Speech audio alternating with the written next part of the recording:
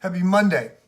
Hope you had a great weekend, and I hope that in spite of all the things that seem to be, if not going wrong, at least going sideways, and the growing weariness and frustration that seems to be part of this moment, arguments over masks and frustrations with school boards, disappointment with the economy, confusion about the medical situation. There's a lot of those kinds of comments being made. I hope that in the midst of that, you are fighting for an attitude that is shaped by the promises of God and by the person of Jesus. We're studying Hebrews. It's a big study of Jesus. It's a celebration of the fact that Jesus is bigger than anyone, any problem, anything. He's better than everything. Angels, Moses, Abraham. Jesus is the ultimate. He is God. And so we've been looking at these 7 qualities of Jesus, a resume of sorts, and we marched through the first 4. Talked about the fact that Jesus is going to inherit everything from his Father, that Jesus is the creator of everything. Looked at this idea that he's the radiance of God's glory. He emanates from God. He's the brightness. Heaven has no shadows. It has no sun, but it has no shadows. It's filled with the radiance of Christ. And then last Friday we looked at this 4th quality, the idea that Jesus is the exact representation of God's being. I said there's some parallelism argument going on here that the first 3 and the last 3 line up, and 4 is the pinnacle of attributes, and that it points to this idea that Jesus is the perfect representation of the Father. And I talked a little bit about the mystery of Jesus, that there's not just this mystery that he is the second person of the Godhead, and that God exists as one God in 3 persons, but Jesus is fully God and fully man.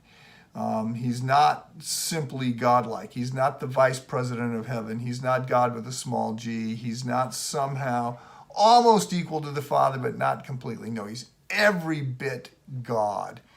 And he just has accepted this.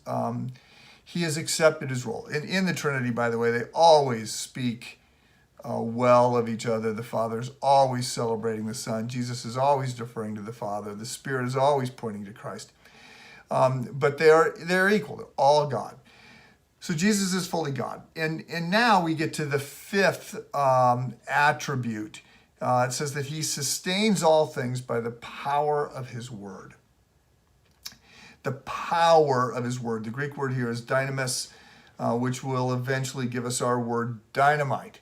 I've shared in the past that when I was preaching in a preaching lab at Trinity, 35 years ago, one of the first sermons I preached, I mentioned that dynamite. I said dynamite within us, and I was corrected, rightly so, and accused of reverse etymological derivation. The student that pointed this out said, look, you can't say that dynamis means dynamite because it's 1800 years later before Alfred Nobel will create dynamite. So yes, dynamite is drawing on this idea of power, but you can't say that this power is the same as dynamite. Paul didn't, whoever was writing Hebrews doesn't know this at the time. That's right, but it is power. There is power. Jesus has power. And the point here is that he is sustaining. It's an active term. Christians are not deists. Deism, as opposed to theism, deism believes that God created everything but then has withdrawn. And that's not what we see in the Bible. It's not what we see with Christ. It's not what we see in the New Testament, that God is a God who's paying attention, who's active, who's involved, who's answering prayer, there are miracles happening. He's breaking into time and space. And so that's who Jesus is. He is sustaining things for us.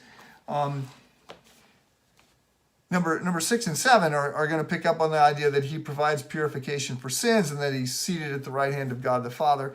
But we'll get to those. Let me just end today by going back to Colossians, which I read from last week. But here's another take on this idea that Jesus is actually holding things together right now, is involved in your life, as you want him to be.